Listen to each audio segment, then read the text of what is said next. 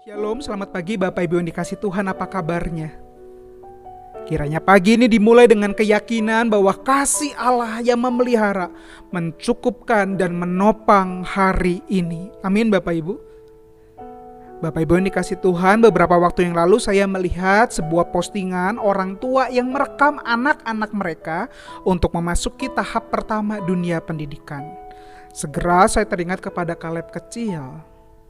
Kaleb kecil itu memasuki dunia pendidikan bukan dengan tawa, bukan dengan bahagia, melainkan dengan tetes air mata. Kaleb kecil menangis karena harus memasuki sebuah ruangan yang baru, banyak orang yang ia tidak kenal, ditambah dengan ditinggalkan oleh papa yang ia kasihi. Gak heran Kaleb kecil menangis, meraung-raung karena merasa ditinggalkan seorang diri. Lucu bukan? Mungkin Bapak Ibu sama seperti saya yang tersenyum kala mendengar kisah itu. Tapi jangan-jangan Bapak Ibu juga sama seperti Kaleb kecil itu yang hari ini sedang berduka karena memasuki sebuah situasi yang tidak terduga. Sedang takut karena tidak tahu akan seperti apa masa depan. Atau menangis, meraung karena merasa ditinggalkan oleh Allah karena kebaikannya seakan jauh, seakan absen dalam hidup kita. Jika itu terjadi, dengarkan Mazmur 27 ayat ke-9, demikian firman Tuhan. Janganlah menyembunyikan wajahmu kepadaku, janganlah menolak hambamu ini dengan murka. Engkaulah pertolonganku, janganlah membuang aku dan janganlah meninggalkan aku, ya Allah penyelamatku. Perkataan jangan yang diulang-ulang dari Daud seakan Allah meninggalkan hidupnya. Apakah betul Allah itu meninggalkan hidupnya? Baca saja ayat yang kedua. Ada orang-orang yang berniat jahat untuk menjatuhkan Daud. Ayat ketiga, ada pergumulan yang sedang ia hadapi. Ayat ke-10, ia ditinggalkan oleh orang yang ia kasihi. Ayat ke-12, ada orang yang benci ataupun iri kepada hidupnya. Bisa dibayangkan Bapak Ibu, Daud merasa asing, merasa tertekan, merasa takut, hidup dalam ketidakpastian. Bahkan ayat 9 sekilas kita menemukan Allah itu absen di dalam hidupnya. Oh, nanti dulu. Perhatikan dengan seksama ayat 9. Ya tak hanya katakan jangan yang berulang-ulang, tapi juga ya katakan kepada Allah, Engkaulah pertolonganku, Allah penyelamatku.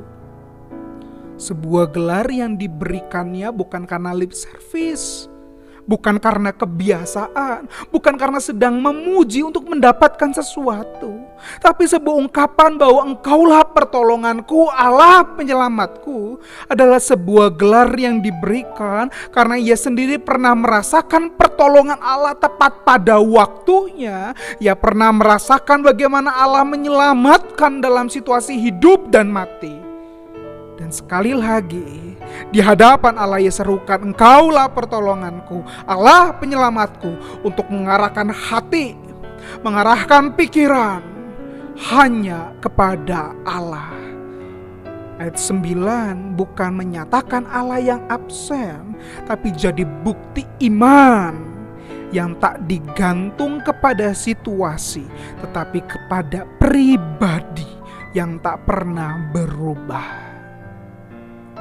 Mari di pagi hari ini di tengah situasi yang tidak menentu, menyakitkan, bahkan tiada harapan, belajar seperti Daud yang tidak menggantungkan iman kepada situasi, tapi kepada pribadi yang tak pernah berubah hari lepas hari. Karena memang Ia adalah Tuhan yang menolong, Tuhan yang menyelamatkan, Tuhan yang beserta bagi mereka yang mengasihinya.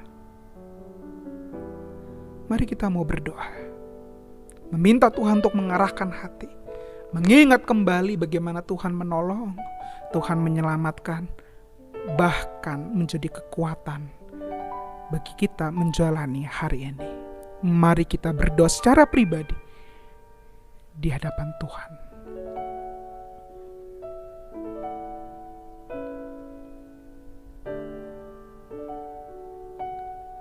Tuhan, Engkau tahu situasi yang kami hari ini sedang menjalani, rasa takut, rasa khawatir, rasa duka, Kami hari ini minta Tuhan arahkan hati kami, bukan kepada situasi yang sedang terjadi, tapi kepada pribadi yang mengasihi kami.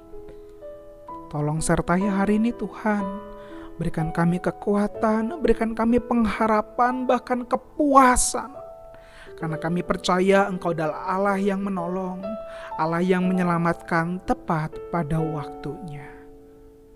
Di dalam nama Tuhan Yesus, Allah yang menolong, Allah yang menyelamatkan, Allah yang beserta dengan kami berdoa.